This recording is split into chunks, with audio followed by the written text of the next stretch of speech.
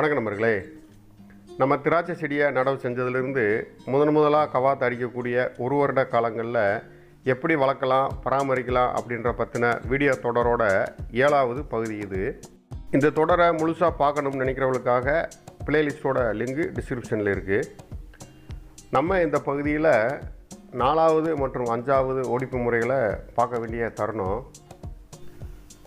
நம்ம இந்த ஒடிப்பு முறைகளை எளிதாக செய்கிறதுக்காகடியும் நம்ம திராட்சை செடி வளர்த்துட்டு வரக்கூடிய முழு பயனை அடைகிறதுக்காகடியும் வளர்ப்பு குச்சிகள் அப்படின்ற விஷயத்தை அவசியம் தெரிஞ்சுக்கணும்.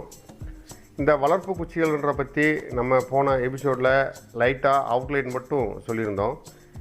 இந்த தொடரில் இந்த பகுதியில் வளர்ப்பு குச்சிகளை பற்றி முழுசாக நம்ம தெரிஞ்சுக்கிற போகிறோம். இந்த சேனலில் விவசாயத்தை பற்றியும் திராட்சையை பற்றியும் நிறைய தகவல்கள் அப்பப்போ அப்டேட் பண்ணிகிட்டு இருக்கோம். ஆர்வம் இருக்கிற புது நண்பர்கள் சப்ஸ்கிரிப்ஷன் பண்ணி பெல் பட்டனை கிளிக் பண்ணிக்கோங்க. வாங்க வீடியோக்குள்ளே போகலாம்.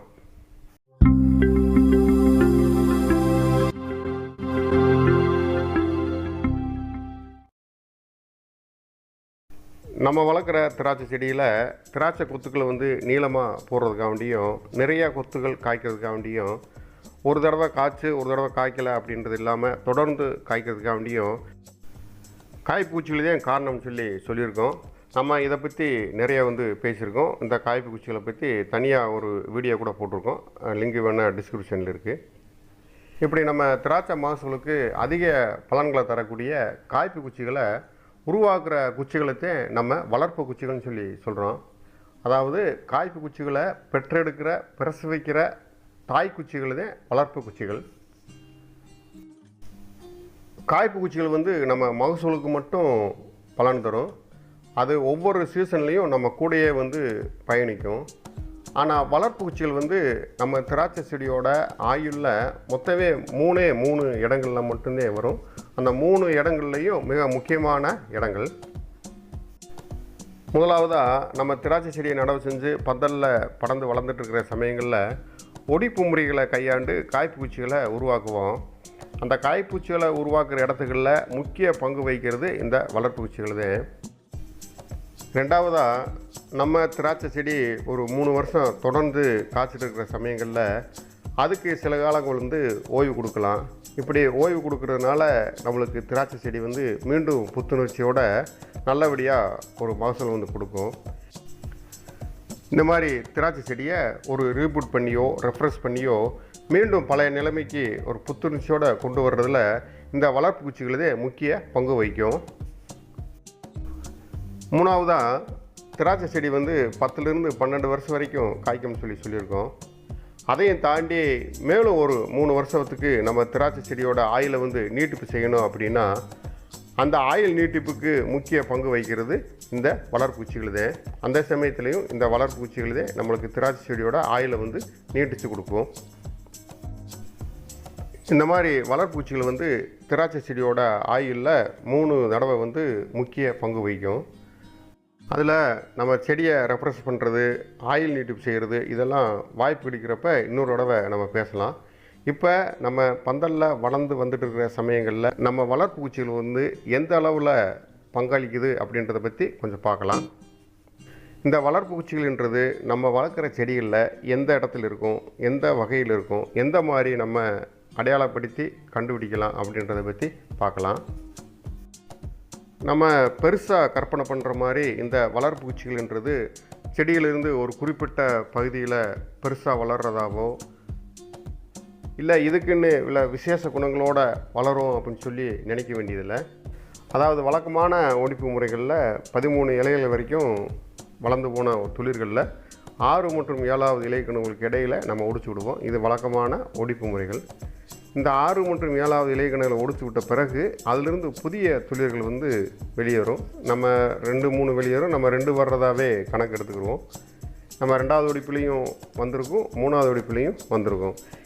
இப்படி வளர்கிற புதிய துளிர்களை நம்ம எந்தெந்த தேவைக்கு எப்படி வளர்த்து பயன்படுத்துகிறோம் அப்படின்றத பொறுத்து அது காய்ப்பூச்சிகளாகவும் அது வளர்ப்பூச்சிகளாகவும் நம்ம பிரிக்க முடியும்.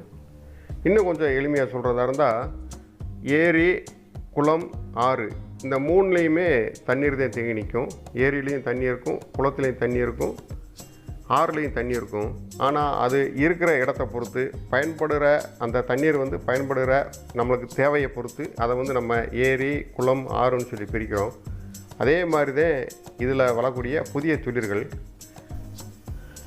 இப்படி வளரக்கூடிய புதிய துளிர்களைத்தான் நம்ம வசதிக்கு ஏற்ற மாதிரி, தேவைக்கு ஏற்ற மாதிரி காய்ப்பு குச்சிகள், வளர்ப்பு குச்சிகள் அப்படின்னு சொல்லி தனித்தனியாக பிரித்து வளர்த்து எடுத்துக்கிறோம்.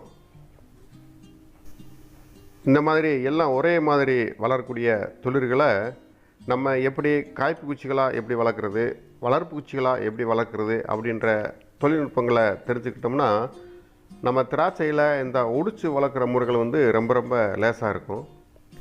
அதனால் நம்ம திராட்சை வளர்ப்பு முறைகளில் அதிக அளவில் காய்ப்பு குச்சிகளை நம்மளால் உருவாக்கிட முடியும். இப்படி அதிக அளவில் காய்ப்பு குச்சிகள் இருந்துச்சுன்னா நம்மளுக்கு முதல் கவாத்துலேயும் திராட்சை செடியிலிருந்து நிறைய அளவில் திராட்சை கொத்துக்களை வந்து காய்க்க ஆரம்பிக்கும். சரி, இப்போ காய்ப்பு குச்சிகளையும் வளர்ப்பு குச்சிகளையும் எப்படி வளர்த்து எடுக்கலாம் அப்படின்னு சொல்லி பார்க்கலாம்.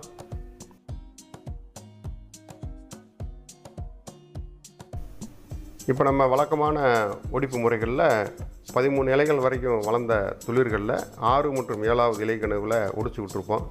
அப்படி ஒடிச்சு விட்ட பிறகு 2 புதிய துளிர்கள் வந்து வர ஆரம்பிக்கும். இந்த 2 துளிர்களுமே ஒரே மாதிரியாகத்தே இருக்கும். இந்த 2 துளிர்களே ஒன்றை வந்து காய்ப்பு பூச்சிகளாக நம்ம வளர்க்க போகிறோம், இன்னொன்று வந்து வளர்ப்பு பூச்சிகளாக வளர்க்க போகிறோம். இந்த 2க்குள்ள வித்தியாசம் என்னன்றதை நம்ம பார்த்துக்கலாம். இதுவும் பெரிய விஷயம் இல்லை.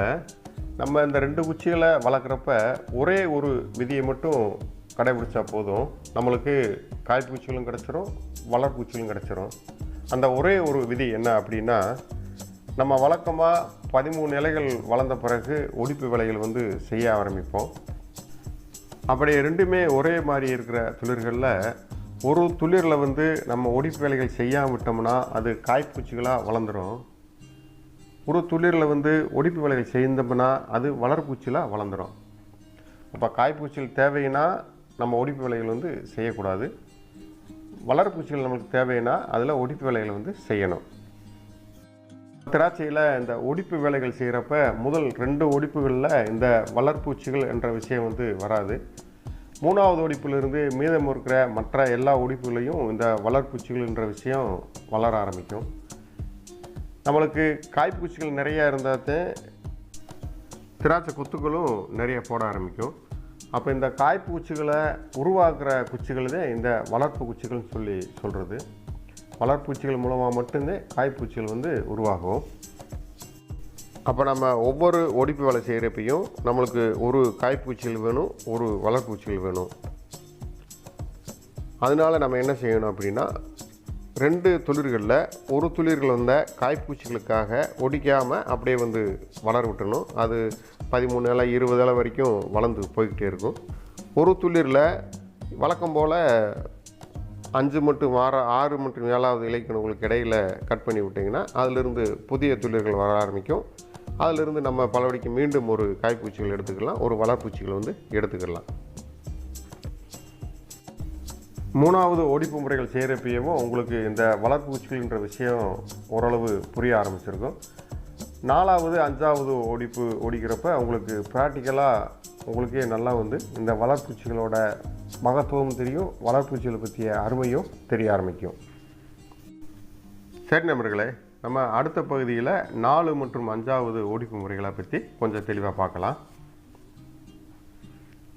மேற்கொண்டு தகவலோ சந்தேகமோ இருந்துச்சுன்னா கமெண்ட் செக்ஷனில் பதிவு பண்ணுங்கள். நன்றி, வணக்கம்.